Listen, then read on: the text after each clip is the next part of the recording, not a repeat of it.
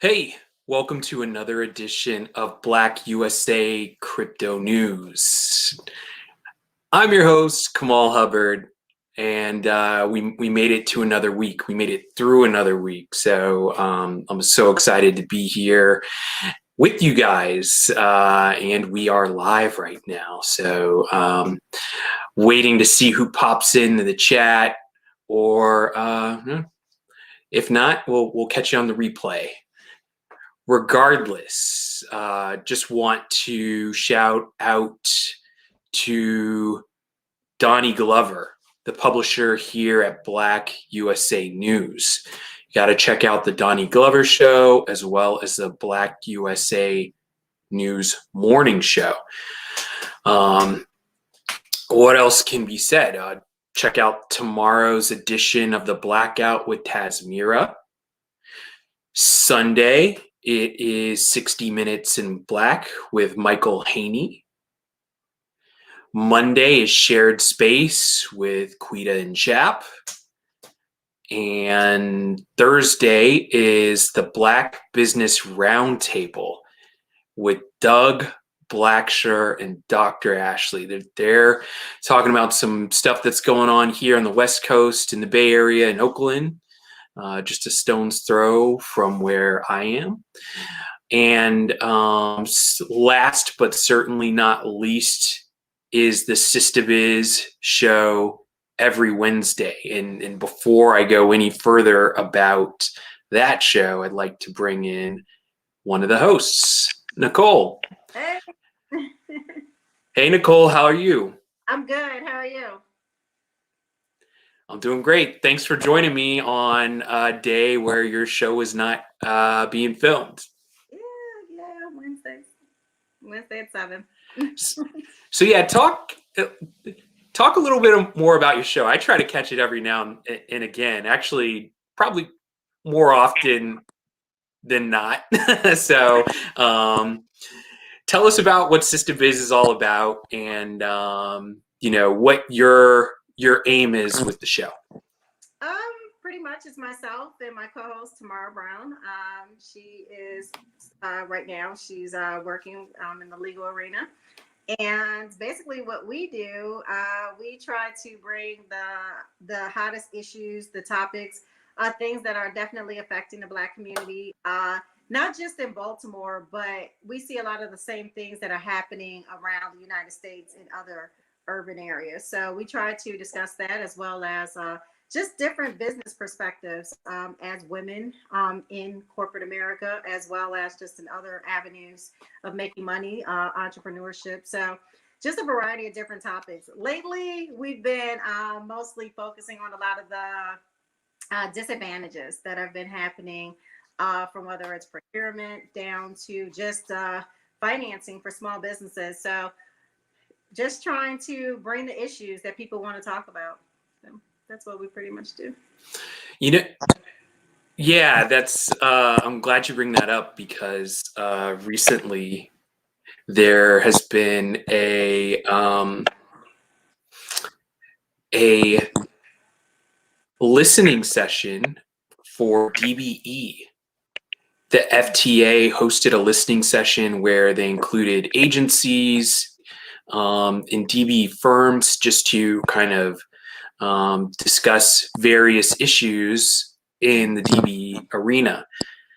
And, this was a thing. So, and also recently you guys had a show regarding white woman privilege that I had an opportunity to catch. Can you talk a little bit about that episode? That was a hot one. I definitely will say that there is a lot more to be discussed. We are hoping to bring that back. Basically, it was a panel of white women. We pretty much just let them, live in their truths, because none of us can walk in another person's shoes. We all come from different backgrounds, whether we're Black, white, blue, green, whatever, different socioeconomic statuses. So a lot of that influences the beings that we are.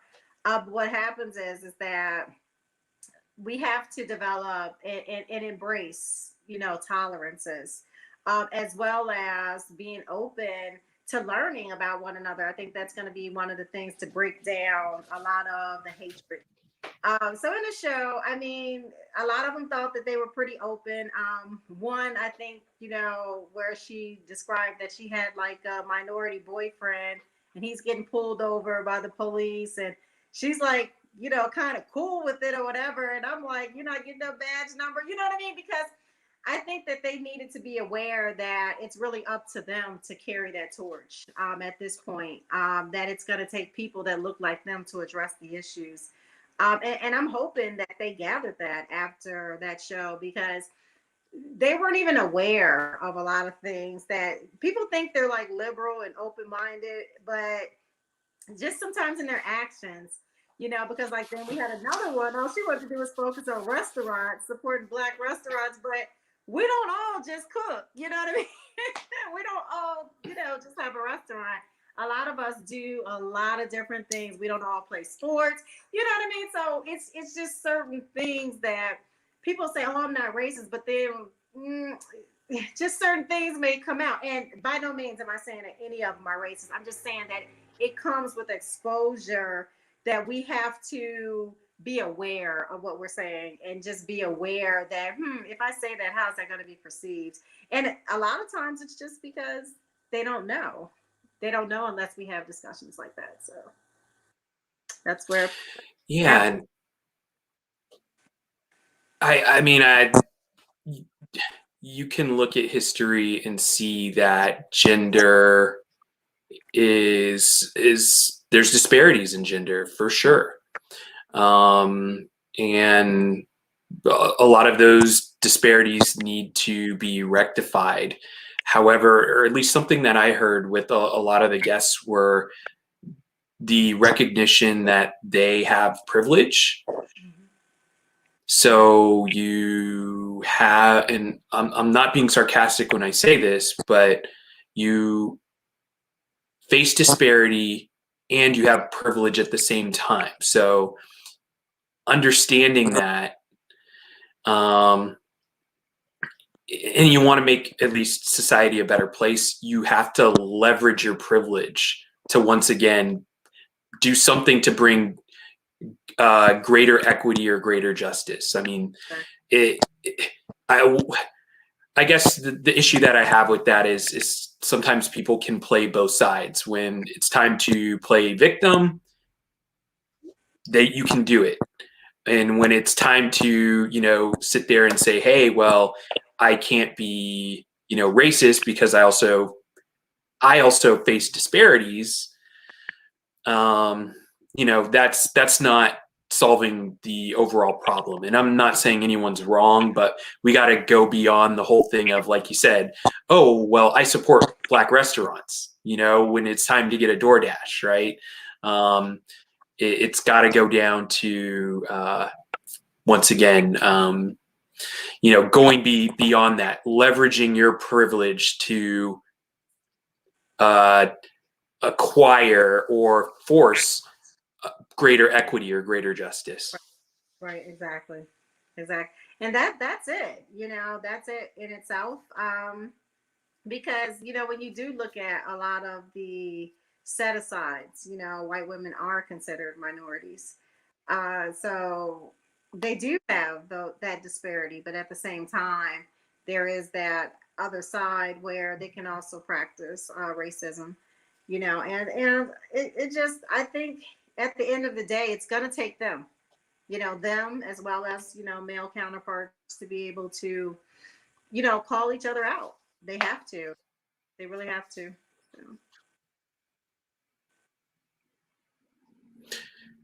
I agree that, I mean, white supremacy is a problem that white people created and they can solve it. I mean, we've been here for a long time and we've been talking about it and how bad it is, but we've done more than talk about it. We've suffered under it, and we've been very vocal about that. And there are some people out there who are doing great work, but there's not enough, because it's still a problem. So, you know, we could talk about that for quite some time. You know, this is a show about crypto, and you know, I wanted to bring you on because you went to.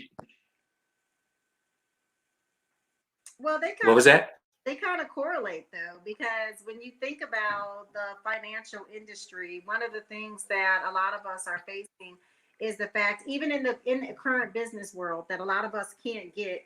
When I'm saying us, I'm saying in generality, a lot of us can't get financing, right? So that's one thing that cryptocurrency is attempting to address when you sit back and you really think about it.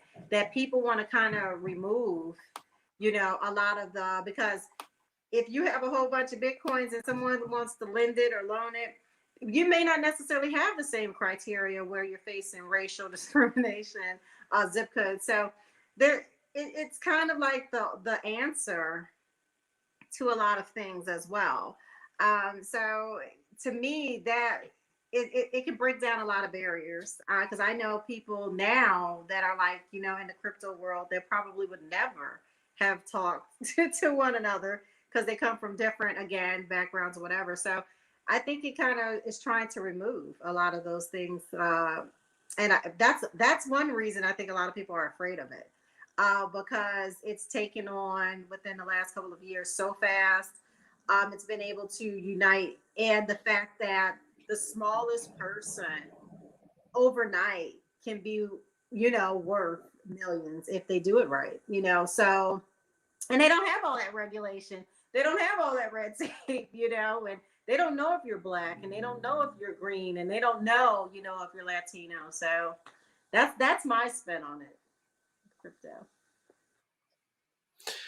Well, another thing I kind of wanted to talk about real quick is you're obviously a business leader yourself.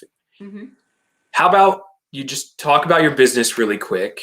And if you could also tell the audience how you see crypto being incorporated into what you do. Ooh, for us, let me see. Well, first of all, my company is called ANC Pack and Ship. We're the only Black multi-carrier shipping outlet in Baltimore City, which means that we have every domestic carrier, from FedEx, DHL, UPS, the post office. We are also motor carriers, so we're regulated by the FMCSA. And then we have a freight forwarding division, where we kind of specialize in a lot of international freight. If I showed you the front part of my store, you'd be like, what's going on over there? But it's barrels and wardrobe boxes getting ready to go to Jamaica. So we ship everything from small packages to vehicles, to large machinery. And that's my passion right now. It's not what I was educated in. I actually am an RHIA as well as a registered nurse by education.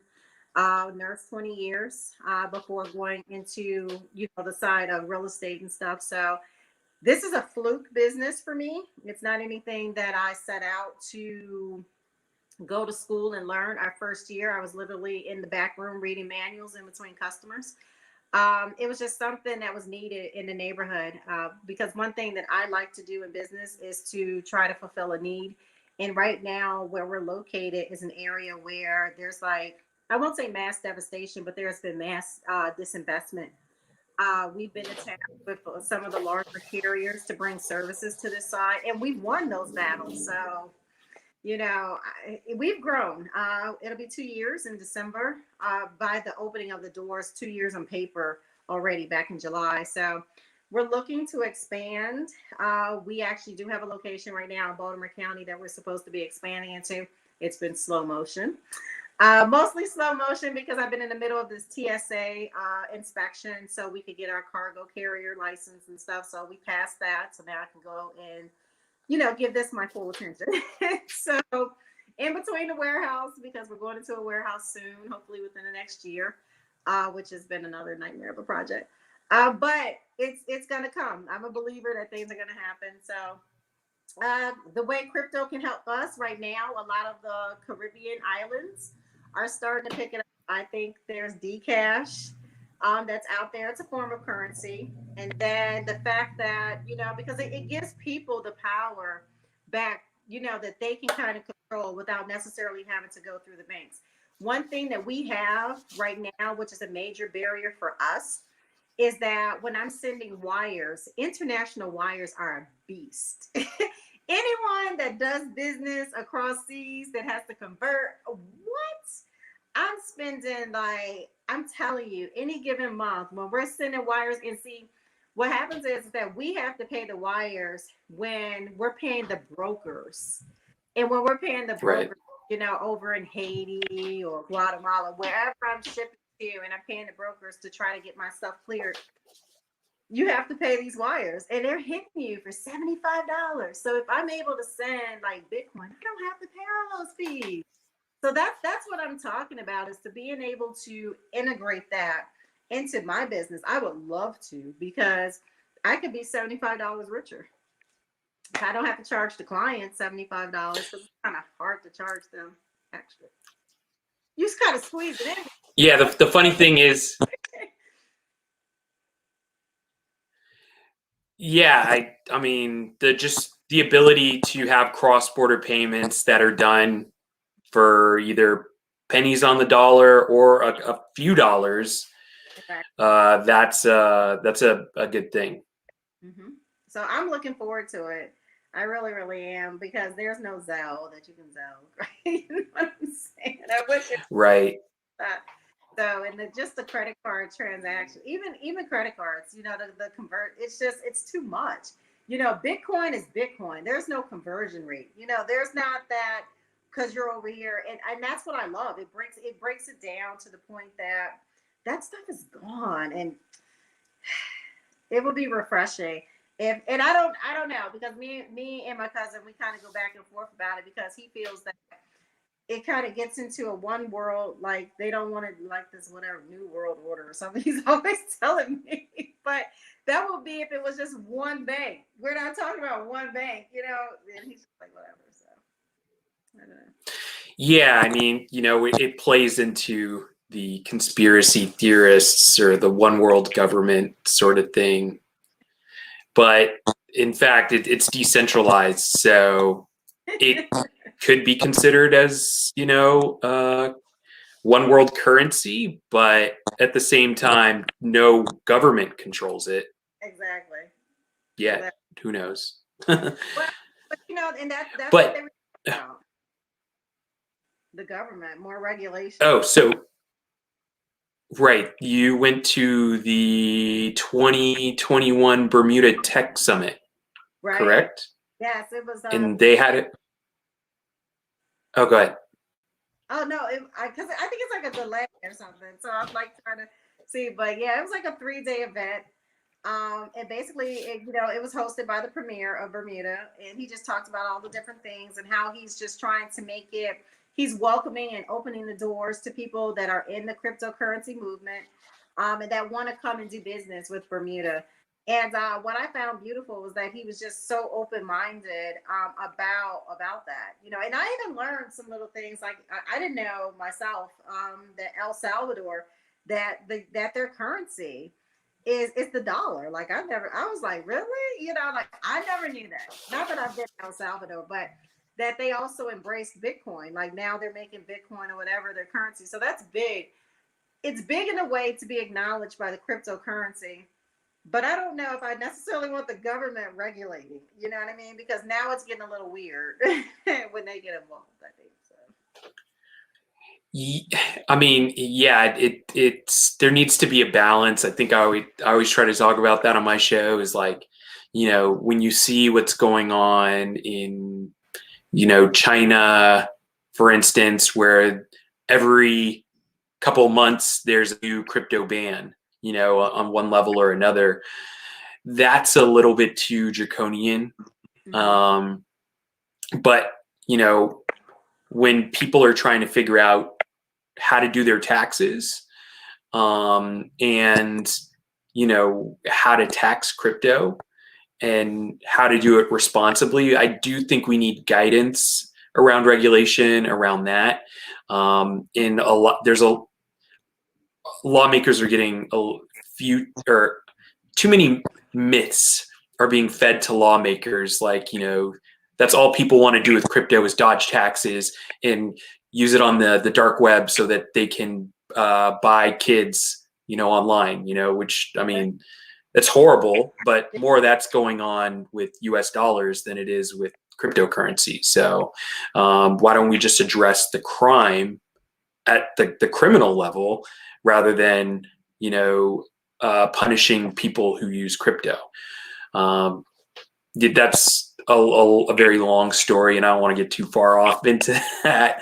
But what were some of the other things that they talked about? Mostly, I guess, just how to invest in Bermuda. So that, right now for me, it's not anything that I would specifically do. But, they just kind of went over like in the different rooms, just talking about like how if you wanted to, come there and invest like in real estate and as well as bringing a business and the different licenses and how you would go about getting different licenses and things and stuff. So it was very interesting. 3 days. I missed today, but it was very interesting to see how embracing they are to a whole external world that's out there, and just to be able to take this movement of cryptocurrency. So, me see. Yeah, 100%. I think that it's good to hear that governments are starting to embrace it. The thing that I think I'm concerned about with El Salvador is, the political and human rights consequences of that decision. I think there's a lot of people who are quick to applaud it because at the end of the day, it helps Bitcoin and they have Bitcoin. So they feel like it's a win for Bitcoin. But is it really a win for the Salvadorian people? I don't live in El Salvador. I'm not from El Salvador. But, there were some Human Rights Watch, there's some stories that came out of Human Rights Watch and other human rights organizations that have cautioned, the situation in El Salvador. So I think that's concerning. It'd be different if the United States did it. Whoops. Well, the United States has some human rights issues as well, but we live here in the United States and we know what those issues are. So it's kind of tough when we're talking about a country that's, a little further removed from where we are, and we can't really get a really good read on, how people are being treated there. We obviously know it's in the cocaine corridor too. So, no telling how much of a factor that plays into things. So, I would prefer cryptocurrency be a win for humanity as opposed to, cartels or, oligarchs or dictators. That's my thought and feeling on it, and I think you can have reasonable regulation around it. It's as long as regulators and lawmakers have access to good information, verifiable information. Right. Well, I mean, now it's like I can't remember if it was Binance, but it was one of the exchanges. I know that I remember everyone was like scared they were going to lose their money because they were like, "Oh, if you're in America, you better get off." And I'm like, "Oh my word," So because like whatever was going on with like the president Donald Trump at the time, so like people were like literally like texting, "Gotta get off, they're gonna close you out," right? Yeah. I mean, yeah, it's an AML KYC issue, which AML is anti-money laundering, KYC is know your customer, and there are certain exchanges that operate without knowing exactly who is on their exchange. And Binance done that for quite some time, Right. where they weren't asking for customer information. So essentially they didn't know their customer, and that was not in compliance with at least US DOT FinCEN laws. So, they needed to change how they operated, or at least who could operate on their exchange. And that's essentially why Binance US opened up. So if you like Binance, consider a Binance.us account. I hate to say that because I feel like I'm endorsing them, but you'll see the difference between Yeah. old Binance and the US flavored Binance. And I don't know. So I don't know if that's necessarily an endorsement. Yeah. I think that people started. Well, I think.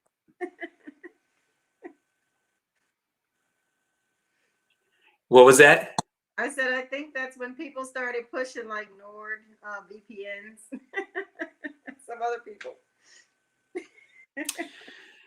Yeah. I mean, to a certain extent, I guess that's no secret. I try not to tell people to do that, and that's also a rule I tend to stick by. I mean, the VPNs are important to, help maintain your privacy and avoid issues, right? And that's important. You should have as much privacy on the internet as possible, but we definitely don't want to encourage anybody to avoid the law. I mean, hey, at the end of the day, this show is about, or nothing we say is legal, financial, or tax advice. We're just, this is for everyone's information. And so I think that's important to always say, because I would never want someone to end up in a bad spot and say, hey, Kamal told me to use a VPN to get on Binance so I could trade thousands of dollars, and that's why I did it. But I mean, hey, that stuff is out there. And once again, I don't want to be necessarily, well, I mean, to a certain extent, be a role model, but be a positive role model for people. Mm-hmm. And you're making me laugh too with that, because that's a whole nother show. But we want to keep things crypto PG here, and be the adults in the room. So let's talk about some news. I think the big news today is Bitcoin is back over 60,000. Did you see this? No, I haven't looked at my wallet. I gotta look at my little wallet today. I haven't, because I've been moving from one thing since 6 o'clock this morning. But I'm gonna look at it. That sounds good. Like, am I rich?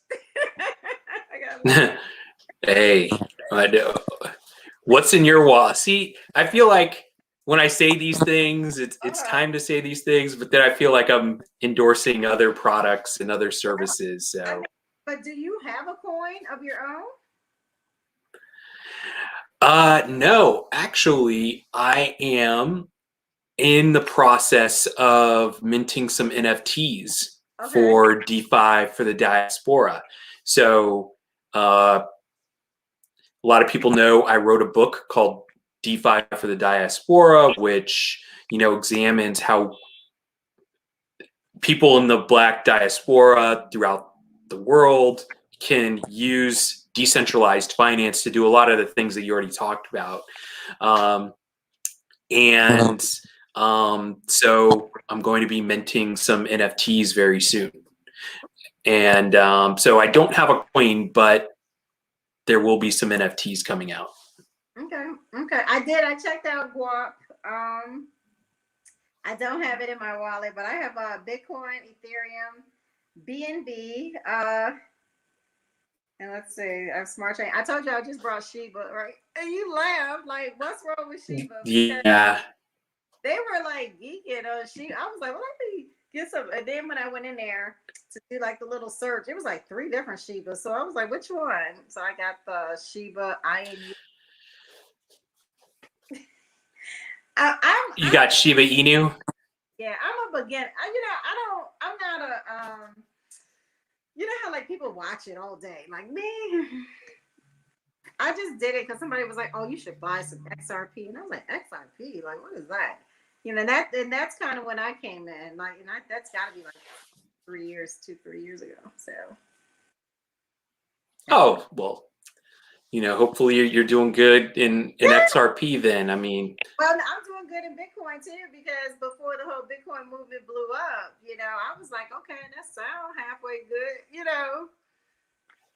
that's what I like to hear. I mean, I just like to hear people happy with where they are in crypto. I mean, I make kind of I don't want to discourage people against meme coins like Dogecoin and like Shiba Inu and all that big litter of puppies that Dogecoin had, where it's all the different Dogecoin, I guess you can say knockoffs, right? Right.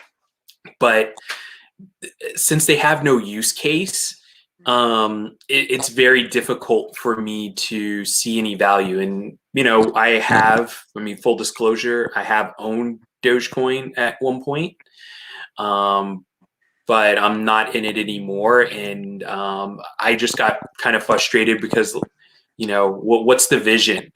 I actually will be talking to someone very soon about this. But if you missed out on Dogecoin and you are looking to, and this is not an endorsement once again, if you missed out on Dogecoin and you're looking for like the second coming of Dogecoin, Shiba Inu seems to be the second coming of Dogecoin. So, I mean, there's like a baby Doge, a baby Shiba, Yeah. a double Shih Tzu Inu, Shih Tzu. I don't know which one. So just don't get fooled by the imitators. That's the other thing too, because people will make it. Like I said, baby Shiba Inu Junior coin, and you think you're getting in on the next wave, and that thing's going nowhere. Yeah. And see, I think that's what is confusing to like people that don't know a lot about cryptocurrency because they'll say, well, what is it all about? Because you have so many different names, and how is it really currency? Because to the average person, it's my husband, like try to explain it to him. He's just like, how do you buy something that's not there? And I try to put it into layman's terms that it's just like having credit. It's just like a credit card, but it's like you're buying and it's just going up and it's gaining interest. Versus in credit, they're charging you interest, so it's kind of like the other way around. But even explaining that part, when they look at that table of different things that's available, it's still complete confusion. Like, why is this one worth so much more than the other? So, can you like explain that to me so I can make it easier to try to explain it to someone that has no clue? Well, I really tried to set this out in my book. Ultimately, what all this is it's data. It's ones and zeros. It's photons, right? But to take it to a different level, like if you have $1 in your Cash App account, right? Mm-hmm. How did that dollar get in there? You didn't take a dollar bill and shove it in your phone and it it's now magically in your Cash App account. That's not how that works. That money was in your bank and it essentially got credited to Cash App. Well, then that becomes another conversation of,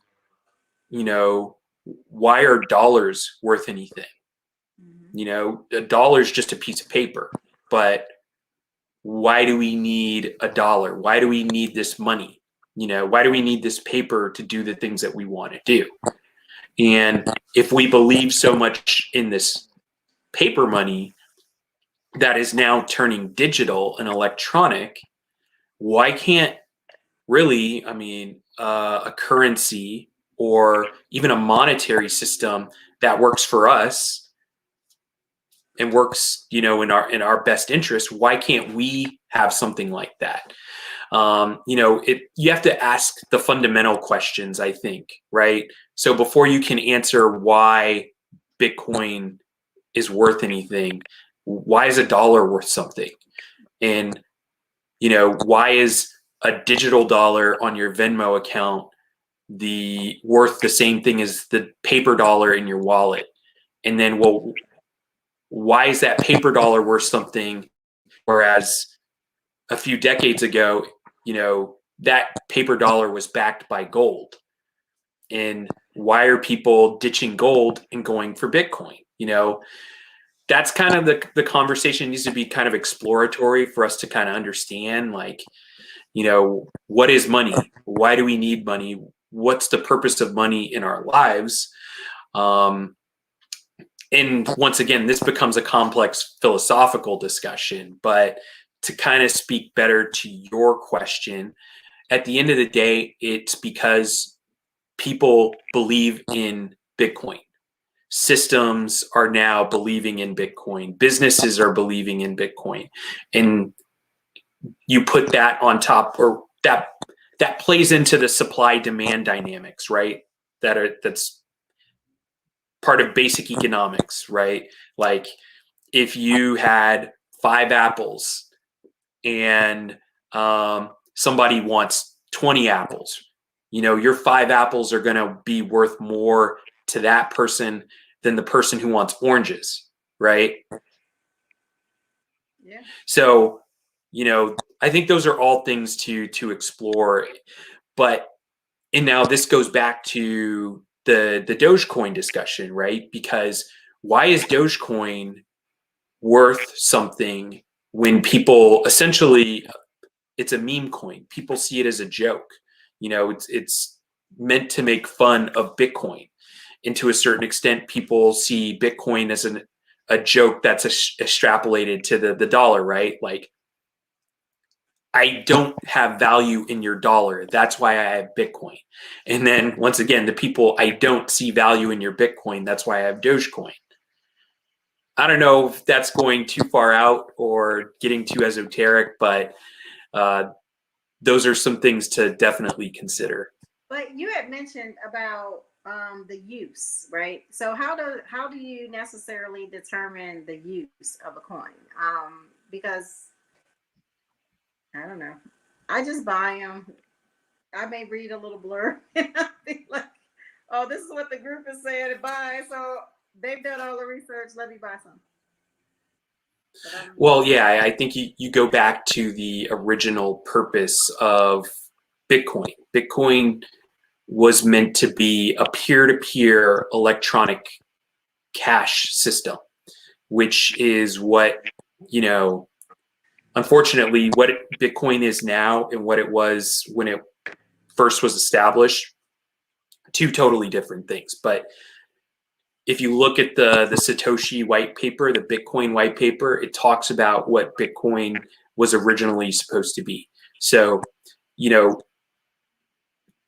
from the ashes of the credit crisis, the subprime mortgage crisis, Bitcoin arose to take power away from central banks that essentially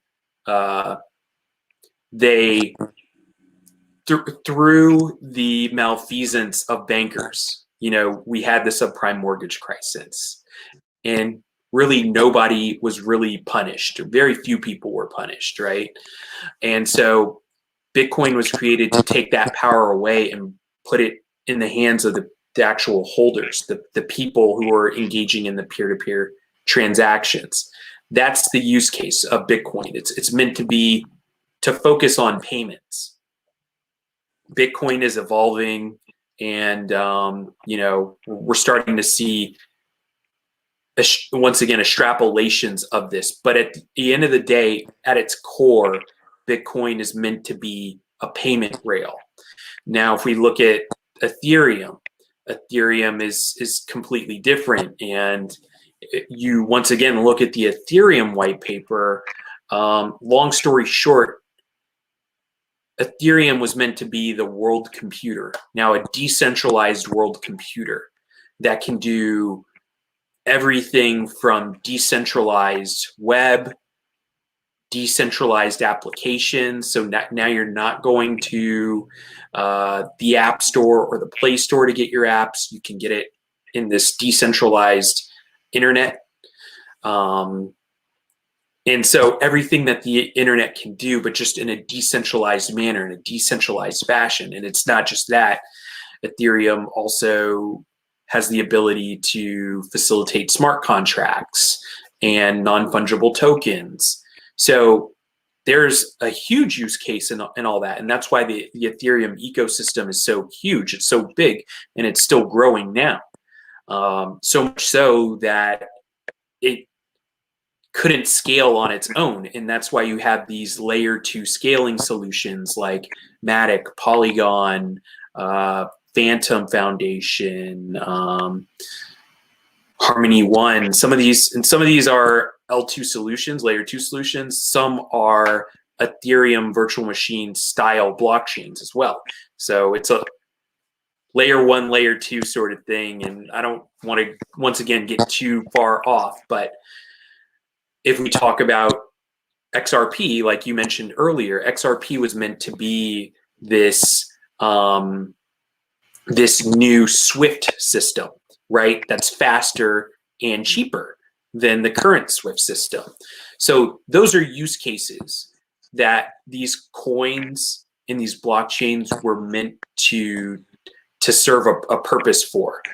Meme coins, they once again don't have a solid purpose behind them. But, you know, to a certain extent, you can look at it as a fungible token that has a community behind it that may want to do stuff with it. So you never know. I mean, obviously Dogecoin is highly regarded amongst its users, and they've been able to do a lot of good things within the community, but there's still no solid use case behind it. Wow. So I mean, I'm just curious to know, and I'm just like on everybody, like, so what is the next Bitcoin? Because no other coin has surpassed or, you know, has reached that level. And I get it. Their use is the peer-to-peer transfer. So are there going to be any other peer-to-peer transfers? What was the other one? Was it Litecoin? Litecoin was there. I don't know of any others. See, that's you know, Litecoin has its own story as well. But yeah, Litecoin was meant to be a faster Bitcoin. So that's where Litecoin, you know, its ultimate use case is, once again, it's a payment. So, you know, you have Bitcoin, which was really the first to solve what was called the double spend problem, right? Where it's, hey, if I have one Bitcoin and I spend it with you at ANC Pack and Ship, I can't take that Bitcoin and then go spend it at Domino's and get a pizza, right? Because it's been spent. And with previous iterations of digital money, that was an issue. And that's why we have miners, and that's why we have consensus to validate transactions. Going back to your question about what's the next Bitcoin, that's why pretty much all these other coins have been created, is to be the next Bitcoin, or to be the next Ethereum, or to be the next Dogecoin. And that gets back to Shiba Inu. But if they don't have any, if they're not like meant for peer-to-peer transfer, I think a lot of them kind of are limited in their growth. Well, yes. Okay. So to a certain extent, you're right. And if we go back to Ethereum, right, the reason why Ethereum is number 2 is because it has the ability to do so many different things, right? you have the ability to have non-fungible tokens and have a decentralized art markets now, which, I mean, to me, that's one of the real value adds of non-fungible tokens is now artists don't have to have brokers go take their art and then go to an auction house, or they don't need some sort of middle person or intermediary to help them sell their art. They can make their art and they can sell their art on these NFT platforms, and it's decentralized once again. They don't need to have a third party dictate what their cut is going to be, or, you know, them managing or advertising that art. So, you know, you're right. That is the main thing, is serving payments, and serving payments has been a big part of the cryptocurrency ecosystem. And we're starting to see other things like stable coins and central bank digital currencies as well that are going to be able to help with payments, right? And make the landscape of payments radically different as well. Wow. I don't know if I answered your question, but So now I'm gonna go and I'm gonna be trying to research what is the next peer-to-peer. well, yeah. I'll tell you a tip off air on some of that stuff, because you know, I have a trade secret that I'll share with you, and I know if it doesn't work out, then you won't come back and try and find me and kill me. Yeah, you know, it's all in. To me, it's all in fun, because again, when I originally started, you know, people were talking. I was like, oh, it's like alphabet soup. It's XRP, and it was like some others, and it's all these different names, and I was just like, okay. Well, you know, and then, you know, Coinbase was just, it was becoming, it wasn't as popular as it is now. And it's like, okay, well, let me just put 100, 200, you know, and then you start to say, so, well, maybe I'm on to something, you know what I mean? And then you start doing a little recurring, you know, payments and things, and it just grows. And I mean, I still do the stock market because I do like the stocks as well. So to me, it's you invest if you have it to do. It's good to, you know, build a budget so that you're able to do it. But is it my main line of investing? Most likely not. But I like it because to me it's fun to watch the little ticker and just to invest and watch it grow, you know. So, you know, I think you hit on something that, you know, I wanted to say a little bit earlier when you were talking is, you know, you're essentially being rewarded for your curiosity. And, you know, all early adopters in cryptocurrency are being awarded by their curiosity. Now, you know, I took a different path. I was very curious, but I took a very cautious path. And, you know, that's neither here nor there. Talking more about you is, yes, you had this curiosity, you had the ability to have fun with it, and that curiosity and that fun has fueled, you know, hopefully something like a legacy you can pass to your the next generation or your family somehow. Or, you know, you just have some accumulated wealth and you can go on a really nice trip or buy a Lambo one day, right? So what was that? I said I can't cash my bitcoins. I'm scared. Like, I'm afraid, because then, you know, I don't want to sound like a piece of it, because I think that, you know, like, are people really selling it? Are people really using it? I think is that what's driving the demand? Because if you sell it, then you kind of lose. You know what I mean? In my mind, I don't want to. Yeah, well, I mean, I think, yes, there are people who are selling their Bitcoin. A lot of the people who are doing it are people who got in early and they've, you know, ridden the wave to the 60,000 mark, and they feel, hey, now's my time to let it go.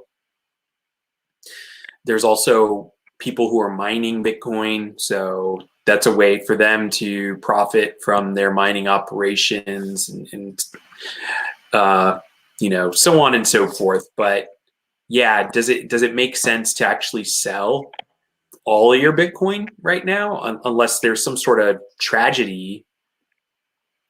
I don't know. If you believe in cryptocurrencies, you're not selling it right now. Mm-hmm. You're trying to buy more. Yeah, right.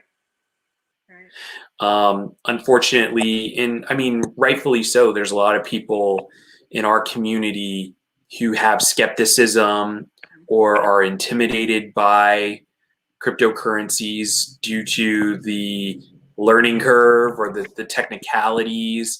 And unfortunately, it's my mission to raise awareness in our community around it so those folks don't get left behind. And look, this stuff is not easy. It took me 2 years of research. And like I said, I was very cautious myself because I didn't have money to throw away. And there is a way to not throw your money away into this. You have to be responsible. And actually, that's the subject of my next book. And I didn't want to write a book in the first place. And I definitely didn't want to write a second book. So, but it's starting to get interesting at the same time. So I see a lot of people who need help and I want to try and help them. Good. I mean, because I think it's getting ready to come, because I think recently the post office, they're starting to take a form of payment and doing some type of transactions right now at the post office, which I thought was very interesting. I mean, they already have like money orders, and then now it's something in which I need to get caught up on. I just kind of seen it go across on the ticker on the news, and I was like, oh, okay, so the post office is getting ready to start. But I thought that was very interesting, for them to even get in on anything modern. Yeah, the post office or USPS is exploring a lot of blockchain technology. They're actually looking into blockchain voting heavily because a lot of people on both sides with our elections are questioning the integrity, and mail-in voting, has become a questionable thing. And the Postal Service wants to maintain its integrity. And so they're looking into blockchain voting. Like you said, they're looking into payment systems as well. But something I think they're also looking into is possibly US Postal Service NFTs, where you're taking the concept of stamp collecting and bringing that to NFTs, which I think is kind of a cool concept. Yeah. It's going to be interesting to see the post office with the changes, how they revamp themselves. I know right now a lot of people aren't necessarily as thrilled with a lot of the changes and stuff that have happened and that are getting ready to happen. So.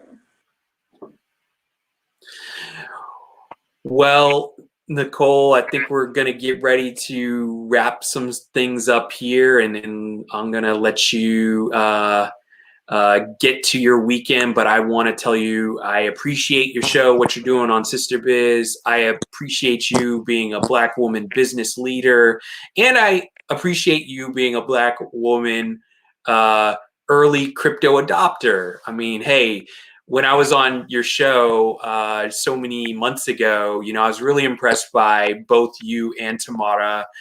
You guys know your stuff when it comes to this. So, hey, I want to encourage people to check out your show on Wednesdays, 4 p.m. Pacific, 7 p.m. Eastern. And if you'd like to leave anybody with some final words, the floor is yours. Basically, don't be afraid. They say it, scared money don't make no money. And I tell people this: you have to, research and get involved and get in control of your own legacy. I preach about economic development all the time. I think that we have to get out of spending so much on things that are depreciable. We need to, invest more in things that can grow. So, I mean, it's done right by me. And I was not as knowledgeable Ms. Kamal is on the topic. But I just I like to be able to see it. I mean I play the stocks. It's a little different, not really even that much different than the stocks when you sit back and you think about it. But in order to invest, we have to get our budgets together, and I tell people that that's first, is that to get in control of where we're wasting our money. And once we kind of fine tune where we're wasting our money, we're able to take that money and put it into things that can work for us. So that's the best advice that I can always give anyone. So Yeah, I definitely think first and foremost. Oh, what was that? no, I was saying, and thank you for having me on your show. Well, thanks again for taking time out. And I think you're right. You know, now's definitely not the time to be scared or intimidated by any of this. Sure, there's a risk of loss, but, you know, technology and money is only, well, money and technology are only going to get more and more intertwined. So the sooner you can kind of get into this and get acquainted and start to learn stuff every day and, you know, take breaks when you need to take breaks, the better off you're going to be. Because, I mean, in your opinion, in 4 years, do you think Bitcoin is going to be around? I do. I think it's probably going to be more, and the reason I'm saying that is because it does have a use, and I think that the demand to get it is what's going to drive that price. I think mostly because I don't think as many people that have it are going to be selling it, and it's still going to be that demand. My main thing now is getting in again on something that's bottom up and trying to reach it the level and that's where I am mentally. So I promised myself I'm going to definitely get more involved because there was a lag. um but I'm glad that I took that chance years ago, and now I'm reaping that, and I've been buying here and there, but I'm not an avid everyday person, and maybe I need to be. Maybe I need to be. But I do have the Well, fruits and stuff, so they try to keep me. I think the good thing is you're taking it at your own pace, and once again, I think you'll be rewarded for that. But I could be wrong, and if I am wrong, I'm going to be wrong right along with you. Yeah. So we'll be in the same boat. Yeah. Well, thanks again, everybody out there. Have a great weekend. Stay safe, and we'll see you next time for another edition of Black USA Crypto News very soon. Take care.